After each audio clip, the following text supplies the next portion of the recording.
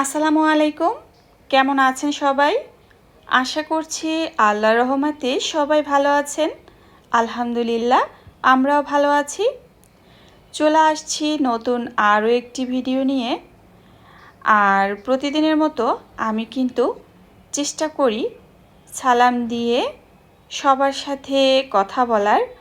সেই সালামের মাধ্যমে জিজ্ঞেস করি আপনারা কেমন আছেন, আর আমি কেমন আছি সেটাও কিন্তু আপনাদের সাথে শেয়ার করি। তো অনেকে হয়তো বিরক্ত হতে পারেন যে সব সময় সালাম দিয়ে একই কথা বলি। আসলে এখানে বিরক্ত হওয়ার কিছু নেই, কারণ আমি যেহেতু মুসলিম, তো মুসলিম হিসাবে আমার প্রথম দায়িত্ব হচ্ছে সবাইকে সালাম দেওয়া। সেই সাথে আমি এটাও জানতে চাই আমার প্রিয় বন্ধুরা যারা ভিডিও দেখেন তারা কেমন আছেন, বা আমি এটা প্রকাশ করি আমি নিজে কেমন আছি। তো অবশ্যই আমার বন্ধুরা চাইলে কমেন্টের মাধ্যমে বলতে পারে যে সে কেমন আছে। আর মুসলিম হিসাবে এটা আমাদের দায়িত্ব, আমরা যেমনই থাকি না কেন সব সময় আল্লাহর কাছে শুকরিয়া আদায় করা এবং বলা যে আলহামদুলিল্লাহ ভালো আছি।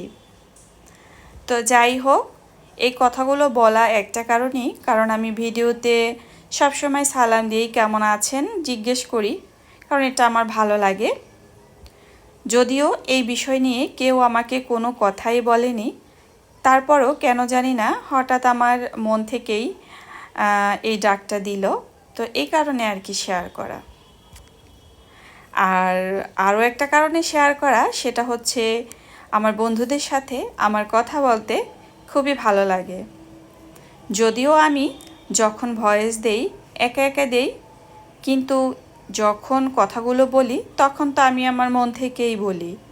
তো মনের কথা যখন মুখে প্রকাশ করি তখন কিন্তু ভীষণ ভালো লাগে এবং মনটা খুব হালকা হয়ে যায়। কথা বলতে বলতে মুরগি নিয়ে আসছে বাসায়, সেটা তো শেয়ার করলাম। তো তার পেটে কিছু ডিম ছিল আর কলিজা আলাদা করে নিয়েছি। এগুলো কিন্তু দেশি মোরগ ছিল।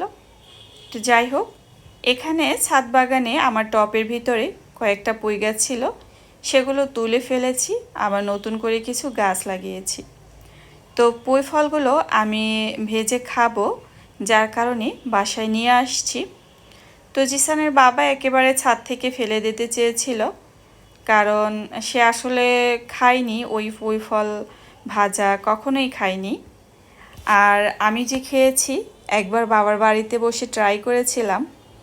তো এটা নিয়ে আর কি একটু বিস্তারিত কথা বলবো, অনেক কথাই রয়েছে মনের ভিতরে। তো মাংস কেটে তারপরে কিন্তু রান্নাটা বসিয়ে দিয়েছি।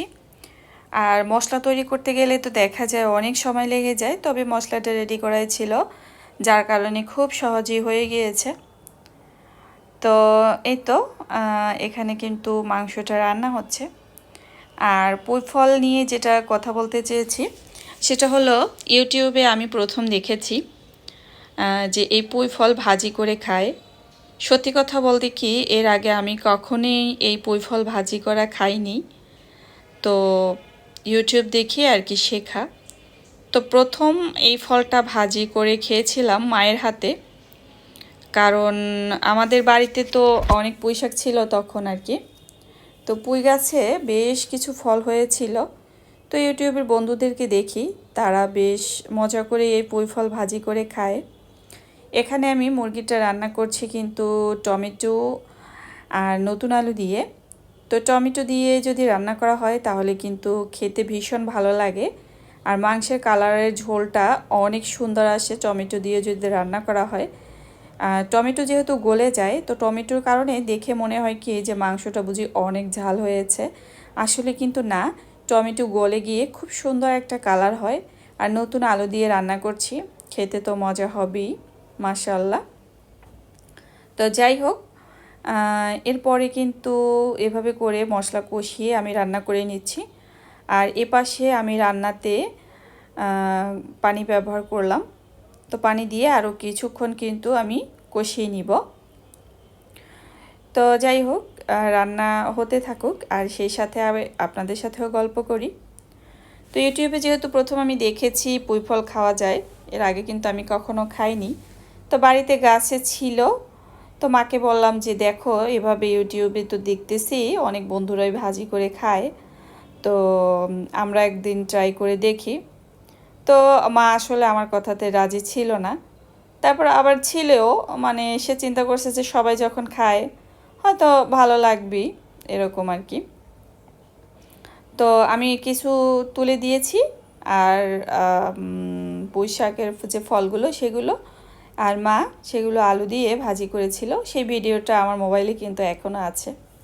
তো আমি সেটাতে লিখেছিলাম যে অভাবে না পড়লে মানুষ এমন খাবার খায় না। তো আমি বলবো আসলে অনেকটা সত্যি, তাই এমনটাই।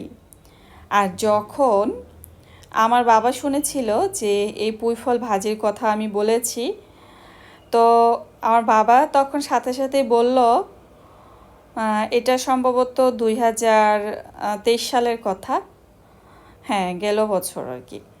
তো সাথে সাথেই বলল, আরে মাতারি, এগুলো কি মানুষ এমনি এমনি খায়? এগুলো তো অভাবেই খায়।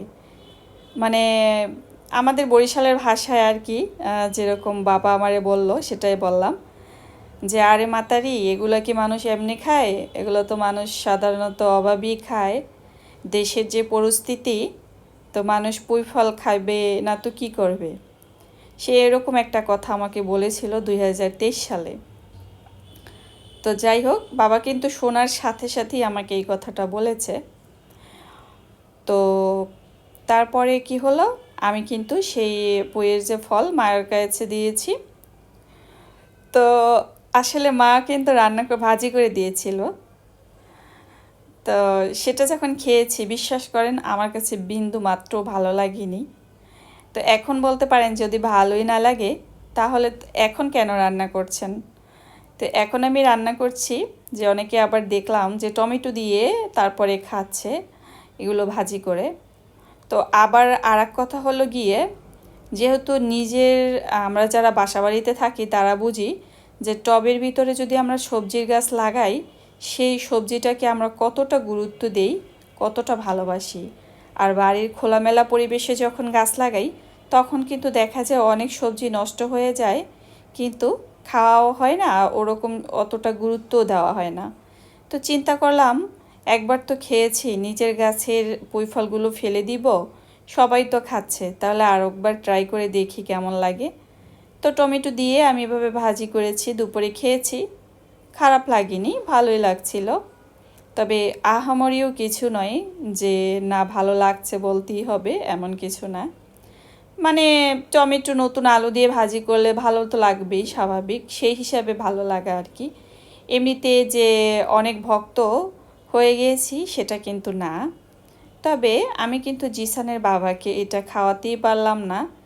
তাকে অনেক বলেছি, তো শেষে আমি একটু রাগও করলাম যে তুমি তো সবজি এমনিতেই পছন্দ করো না, এই জন্য হয়তো তুমি মানে খেতে চাইলে না। সে বলল না না, এগুলো আমি কখনো খাইনি আর খাবো না, এটা এরকম বলল। তো আসলে কি বলবো, মানে যদি ভাত খাওয়ার মতো একেবারে কোনো উপায় না থাকে, আমার মনে হয় এর সাথে শুকনো মরিচ ভর্তা করে খেলেও অনেক টেস্ট। হয়তো অনেক আপুর আবার খারাপ লাগতেও পারে, অনেকের কাছে ভালো লাগতে পারে, অনেক অঞ্চলে কিন্তু এই খাবারটা আবার অনেক পছন্দ করে। তো যাই হোক, আমার কাছে আর কি ভালো লাগেনি, এই কারণে শেয়ার করা। তারপরও নিজের গাছে যেহেতু এই জন্য ভাজি করলাম। দুপুরবেলাতে একটু খেয়েছি, রাতের বেলাতে বাকিগুলো ফেলে দিয়েছি, কি আর করার। তো এটাই ছিল মূলত পুঁই ফলের কাহিনী। আজকের মতো এখানেই বিদায় নিচ্ছি। আল্লাহ হাফেজ।